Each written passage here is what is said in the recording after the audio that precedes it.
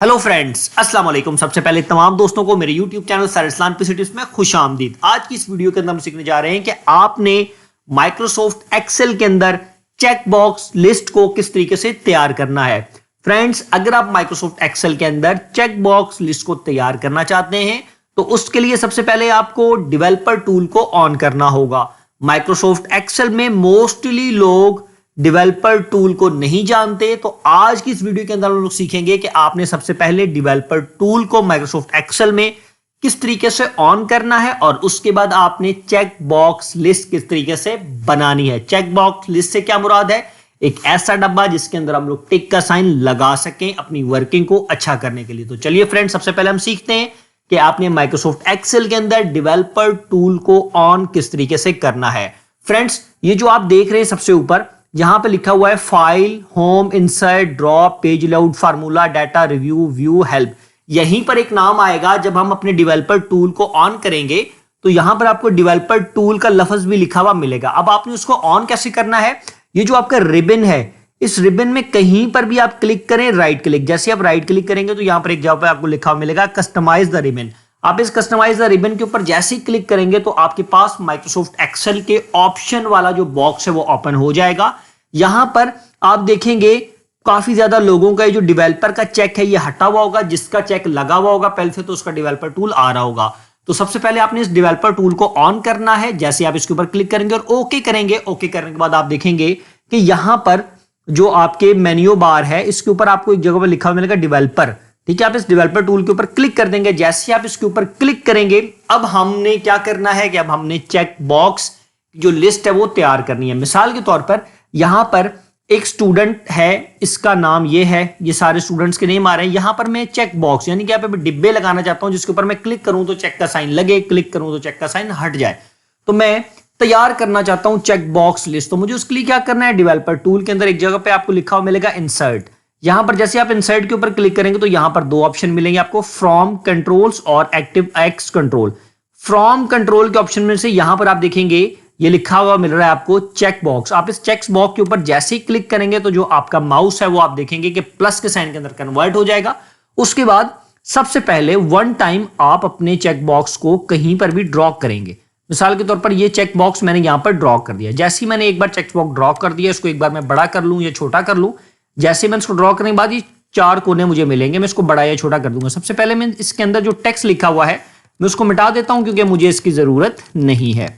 यहां पर आता हूं और मैंने इसको आकर मिटा दिया। जैसे मिटा दिया मैं इसके बाहर क्लिक करूंगा तो वो आप देखें चेक बॉक्स इस तरीके का आपके सामने आ जाएगा। अगर आपने दोबारा इसको सिलेक्ट करना है तो आप इसके ऊपर क्लिक करेंगे तो चेक का साइन आ जाएगा, अदरवाइज हट जाएगा। मैं माउस से राइट क्लिक करूंगा इसके ऊपर। राइट क्लिक जैसे ही करूंगा तो ये देखें ये वाले इसके जो हमारे पास ऑप्शन है वो आ जाएंगे।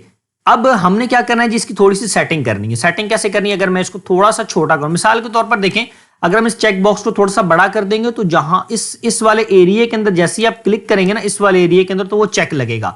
तो सबसे पहले हमने चेक बॉक्स को बनाने से पहले उसकी प्रॉपर सेटिंग करनी है। उसके बाद उस चेक बॉक्स को बाकी जगहों पर लेकर जाना है। मैं इस पे आता हूं, यहां पर इस वाले चेक बॉक्स को दोबारा से मैंने इसकी सेटिंग करनी है। मैं इसके ऊपर क्लिक करूंगा, मैं इसके ऊपर लेफ्ट क्लिक करूंगा। जैसे ही लेफ्ट क्लिक करूंगा तो उसके मेरे पास दोबारा से वो एरियाज आ जाएंगे। मैं इसको छोटा करूंगा अपनी सेटिंग के मुताबिक कि ये एक बॉक्स के अंदर मेरे आ जाए। ये देखें इतना बस बहुत है। एक बॉक्स को मैंने यहां पर आगे सेलेक्ट कर लिया और इसको मैंने अपना जो मैंने डब्बा जो मैंने रॉ की सेटिंग की हुई थी जो इसका साइज रखा होता उसके अंदर मैंने इसको एडजस्ट कर लिया। ठीक है, मैंने इसको यहां पर एडजस्ट करने के बाद मैंने बाहर क्लिक कर दी। अब देखिए मैं इसे चेक का बॉक्स हटाऊंगा तो चेक का जो बॉक्स है वो हट गया। अब मैं दोबारा लगा रहा हूं चेक का साइन तो वो आ रहा है। जस्ट क्लिक कर रहा हूं चेक का साइन लग रहा है, क्लिक कर रहा हूं चेक का साइन हट गया।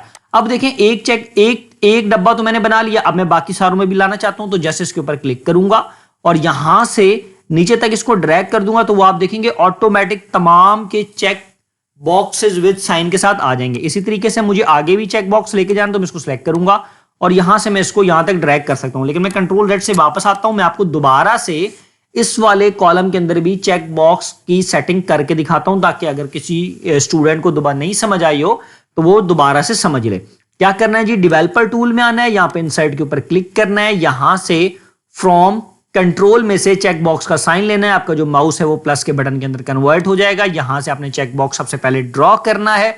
ड्रॉ करने के बाद इसको थोड़ा सा बड़ा कर लें और यहाँ पर क्लिक करके ये जो कुछ लिखा हुआ है, अगर आप लिखा रहने देना चाहते हैं तो आपकी मर्जी, अदरवाइज यहाँ पर आप मिटाना चाहते हैं तो मैं इसको मिटा देता हूँ क्योंकि मुझे इसकी जरूरत नहीं है। उसके बाद मैं बाहर क्लिक करूंगा तो जो मेरा चेक बॉक्स है वो रेडी हो जाएगा, लेकिन अभी इसकी सेटिंग नहीं हुई।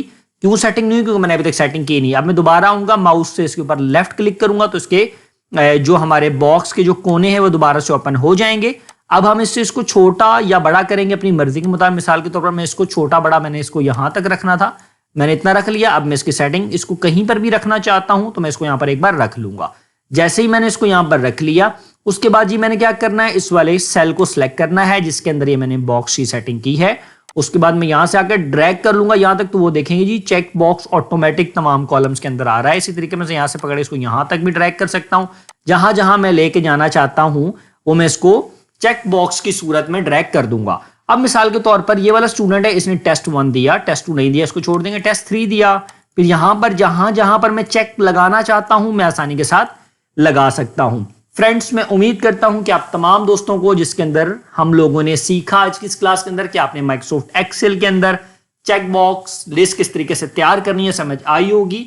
मेरी वीडियो को लाइक जरूर करें और मेरी वीडियो पर कमेंट जरूर कीजिएगा अगर आपको ये वीडियो अच्छी लगी, और मेरे चैनल को इसके साथ साथ सब्सक्राइब करना ना भूलिएगा। आज के लिए मुझे इजाजत दीजिए। अल्लाह हाफिज।